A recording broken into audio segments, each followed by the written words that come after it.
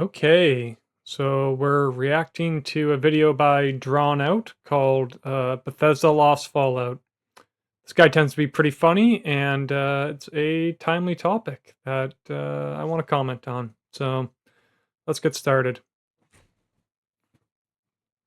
Oh, wrong headphone here. Let's go. All right, let's go back to March 2021. Microsoft just purchased ZeniMax for $7.5 billion. Reports come out that Bethesda is still in charge of their IP, though. Everything has to go through Todd. So 5 years go by. The Fallout TV show is a huge hit. Fallout is just more popular than ever. But 5 years have gone by. And the only way to play new Fallout content is through Fallout 76 updates. No new game has been greenlit, and Fallout 5 won't come until probably the late 2030s. Now, Xbox has been run by a Yeah, that's just insane, by the way. That's like, corporate malfeasance, even from like a you know, dead-eyed executive point of view. Like, how do you let that happen? gamer for over a decade, and things have never been worse. Phil gets replaced by Asha, who is notably not a gamer, and Asha takes a look at Xbox's most popular IP and sees Fallout and Elder Scrolls haven't had a release in 11 and 15 years. You know, real actual releases. So Asha goes online and sees fans do in fact still love these franchises, and within a Hell couple of yeah. months of being in charge, has seen the most obvious move available to them and acted on it. And I kind of see it like this. At the top, you have Xbox, and then there's Bethesda Game Studios and Obsidian. Bethesda has their IP with Fallout, Elder Scrolls, and Starfield. And then Oblivion has a whole bunch of things going on over there, including Eh. two mystery projects. Now, of course, the head of Xbox was Phil Spencer. And I think Phil would think to himself, I'm going to go and find out what my developers are doing. So he would come down to Bethesda Game Studios and he would, knock on the door. And of course, Todd would come out and, these guys are good friends. They've known each other for a while. And I imagine Phil would be curious about what's going on with the various projects over at Bethesda. He would ask how Elder Scrolls is going. And I'm sure Todd would lie and say, they're getting there. Everything's moving along nice and smoothly. Phil might come down here and then he might just walk past that one and you'd come over here and you'd say, well, what's going on with this one, Todd? And Todd would be like, oh, well, that one, oh, we're doing more with that one than we ever have before. Like, Phil, have you tried Fallout 76 recently? And we can only assume that Phil would be sad. Yeah, Phil may have been a nice guy that, we all liked, kind of as a person on Xbox. He's not equipped to manage the portfolio. The responsibility he had, especially when he started pitching those like $70 billion acquisitions. This guy was out of his depth. Satisfied with this conversation. He'd be like, oh, I'm so glad you're doing so much with Fallout, Todd. Oh, I can't wait to see Elder Scrolls. I can't wait, Todd. He'd probably get a good whiff of Todd's aura while he's there. And he'd walk his happy ass right back to Xbox and just do nothing. Todd would wipe his brow because he dodged another bullet from what could have been, maybe some management coming down on him. And he'd walk his happy ass back into Bethesda and continue. Yeah, Todd Howard has to be one of the like laziest game developers in gaming. He's got these two golden geese here and just refuses to make any eggs from them. Fucking Fallout 76 and Starfield. To do nothing as well. But eventually you can't run a business like this, and Phil got tossed out. This is when we got Asha, and while she might look friendly on the outside, I think there's a little something going on in there. Asha does not like inefficiencies. So when Asha took over Xbox and, she was thinking about what her developers are doing, I imagine she eventually made her way over to Bethesda Game Studios and, knocked on the door. Todd came out and he thought, oh, this'll be an easy one, right? Asha started asking questions, hey, Todd, where's this one at? Todd probably tried his bullshit answers, which, that may have gotten him somewhere with the Elder Scrolls because they are in production and everything like that. I'm sure Asha was a little bit more understanding when it came to something that they're actively making, at least. But eventually you have to imagine that Asha came over here and was like, well, Todd, I see a lot of people online like this one. And so Todd thought, I've done this a million times. I can dodge this one again. Well, you see, Asha, we're doing more with Fallout than we ever have before. Have you seen 76? And Asha probably turned to him and said, yes, Todd, I have seen Fallout 76. It's not your greatest work, I wouldn't say. Todd, we have another It's studio shit. with a lot of people that have experience with this IP here. And this is where I can only imagine Todd got kind of sad. because he knew where things were going. Yeah, Todd, I think we're gonna let them take a crack at it. As she turned around and she grabbed her Fallout IP, and I imagine she walked right over to Obsidian, where she then looked at some things people like, but it's just she did Yeah. she's a numbers kind of Mm, girl. It's just probably just not the kind of stuff she's looking at, especially that one. And apparently down here, one of these mystery projects looked a lot like Fallout. Asha probably wondered, what should I do here? I don't think it was really that big of a decision. She just kind of took everything Obsidian was working on and, well, and then she took Fallout and she just kind of placed it. rightly so. This might be unpopular, but I don't know. None of those games are big winners. I know some people like Grounded, particularly, but yeah, nothing special there. And I don't even think Obsidian can make a New Vegas like they used to, but there's an obvious business move if Todd's just going to sit on his hands forever. Right there. She called that a job done, turned around, and went right back to Xbox. And I just want to point out how poetic this is. I mean, Bethesda was incredibly aggressive in obtaining the Fallout IP Yeah. from Interplay. And so, after over 15 years of Bethesda being in basically sole control of Fallout, it only took a few months of a new boss to just give the IP right back to Obsidian. And I'm not saying that Obsidian literally owns the IP or anything now. I mean, as we can all tell, Xbox clearly owns the IP right now. But I think it's important to realize that Todd does not get to make the decisions on Fallout anymore. And of course, I'm sorry for anybody who was looking forward to Avowed 2, all maybe like 12 of you. But this right here just clearly is the better decision. It's best for business, and it's just what I wanted, so I'm happy for it. And I know you've seen a thumbnail, an article, a full video. I know you know about this. But there is a new Fallout game reportedly coming from Obsidian. Now, of course, reportedly means it's a rumor, so it's like insider info or something. But it is important to mention that this is directly from Jason Schreier. The article I'm using at the top is Forbes, and this is from Paul Tassi. But that's just because Bloomberg wants money from me to read their articles. Just for credibility's sake, a few things that Jason has gotten right. He accurately predicted that Fallout 4 was set in Boston in 2013. Of course, it wasn't revealed until 2015 that that was true. He also leaked an entire script for Fallout 4's main storyline. He called Xbox closing Arcane, Tango, and other studios before it happened. He was right about 2023 Epic layoffs before it happened. He called The Last of Us Online being shut down, and just among many other things. There are some people that for some reason don't like Jason. I don't care. He's right about things, and that's what I care about. Something incredible. Yeah, he's correct on that. Schreier, I'm ambivalent on. I don't love him, but yeah, he's got credibility. Paul Tassi sucks, though. I think we can all agree on that. Incredibly important with this news is that Josh Sawyer is reportedly going to be like the project lead of this game. He is, of course, most known for being the project director on Fallout New Vegas, and that just lends a ton of credibility to the project in general. But it doesn't stop with Josh. There are actually a lot of people working at Obsidian right now that will assumingly be working on this game because it's basically the only thing Obsidian is doing right now. Of course, one of them is Fergus. He has been there since the start. He was the division director on Fallout 1, and he had 4 different high-level roles for Fallout 2. He was also the CEO of Obsidian during New Vegas. Now, Fergus is more of an executive type role. He is not really part of making the games, I don't think. But don't worry, because we have Tim Kaine. Tim Kaine is probably a name that you know. He is the original creator of Fallout. He also has a YouTube channel that you should definitely check out.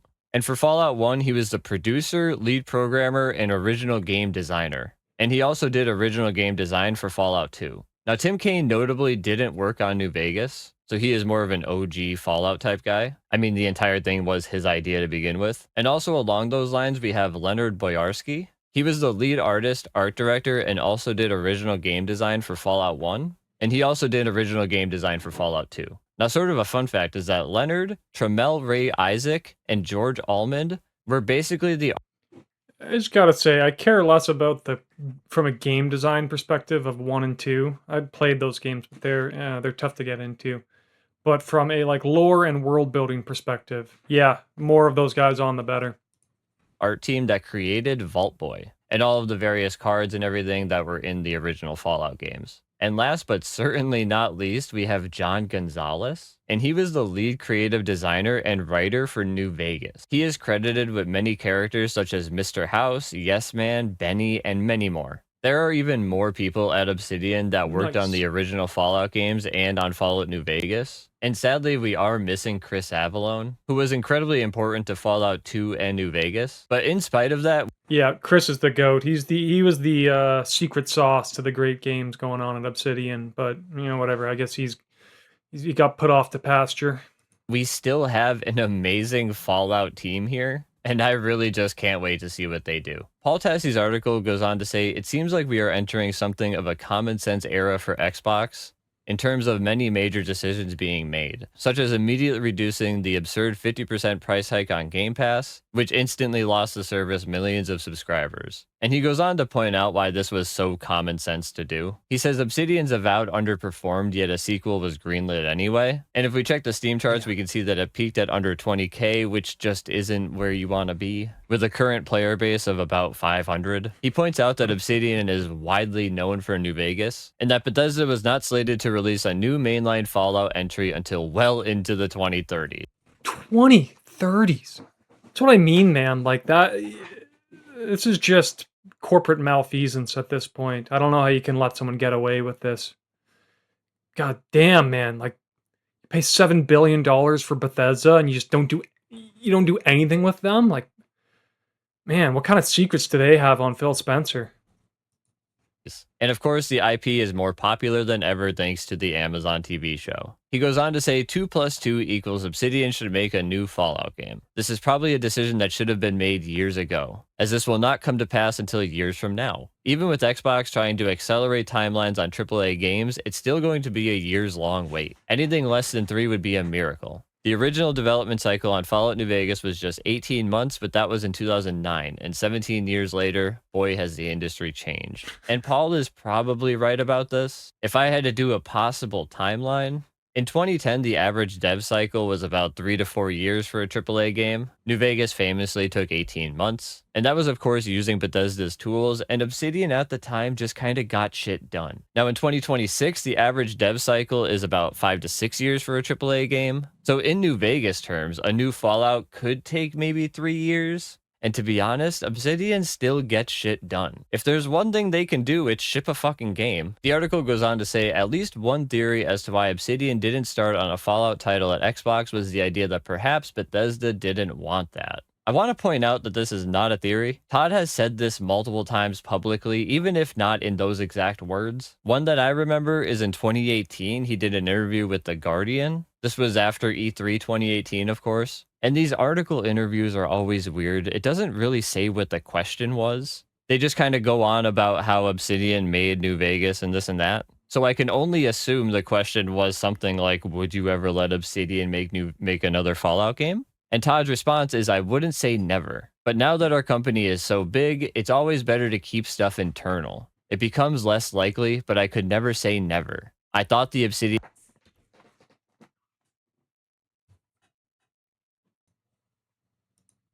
guys did a fabulous job. And Todd has had some form of this response to this kind of question every single time. Paul goes on to say, but now Bethesda released a somewhat underwhelming Starfield and is staring down the barrel of an Elder Scrolls 6 that will probably not be out until a decade after it was first announced. So I never miss an opportunity. Yeah, underwhelming's a understatement. And Todd's such a greedy little gremlin with all of his IP. To rag on Starfield, I just want to point out we're right back down to where we were before that stupid fucking update. Right down to under the 5K players. And when it comes to Elder Scrolls 6 releasing, I mean, IGN has something to say about that. IGN made this article after all of the layoffs that Xbox did recently, and it's titled, The Elder Scrolls 6 Will Suffer Because of Xbox Layoffs.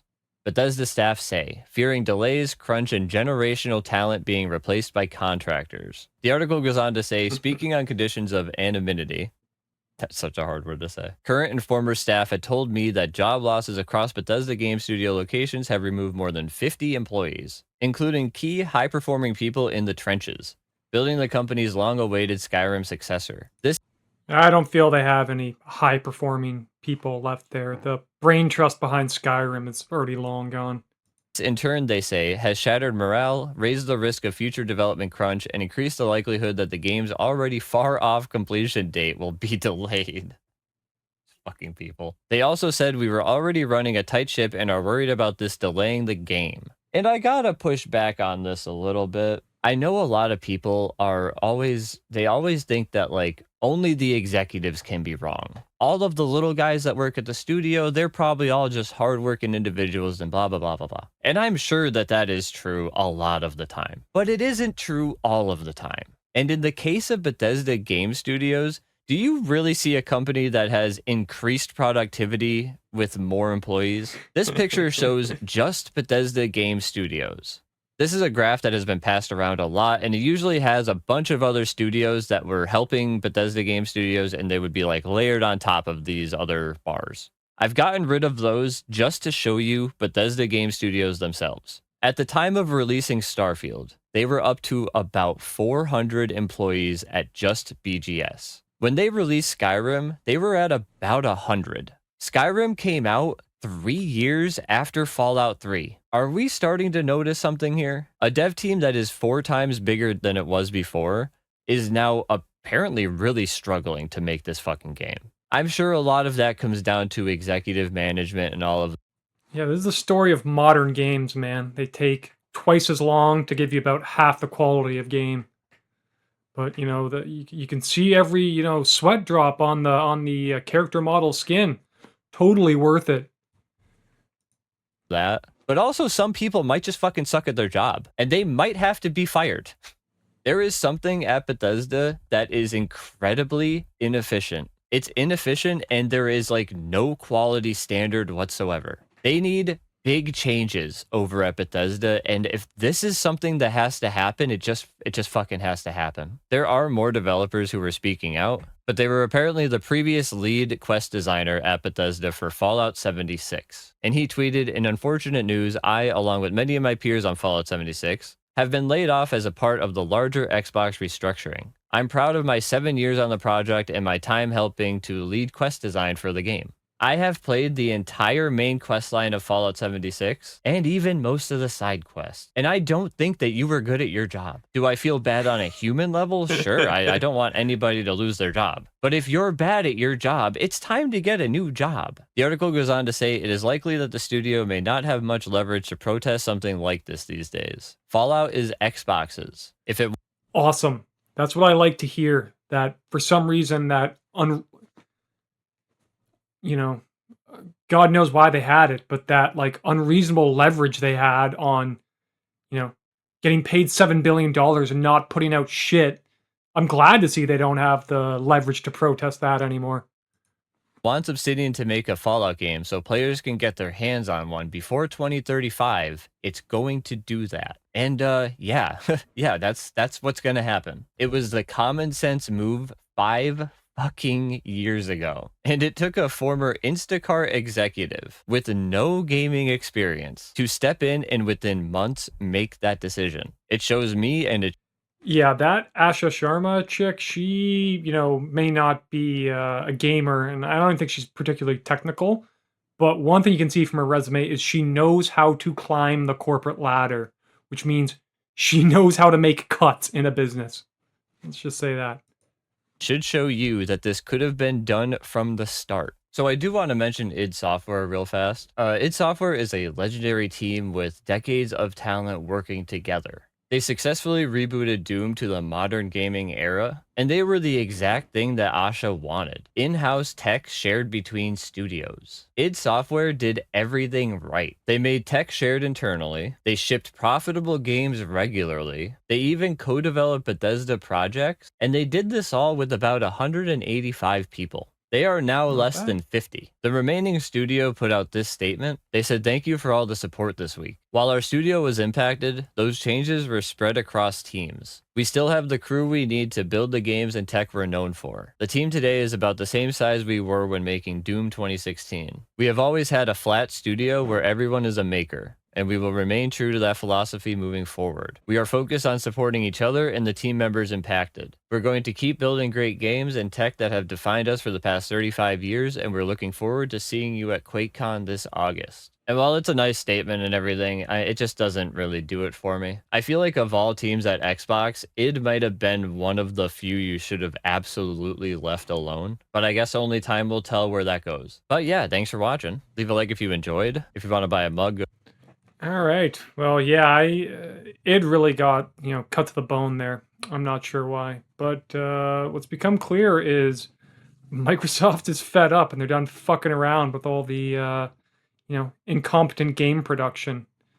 But they really did fuck up the whole studio ecosystem. I don't want to let Microsoft off here, but particularly Bethesda really needed this kick in the ass. So yeah, no tears shed here.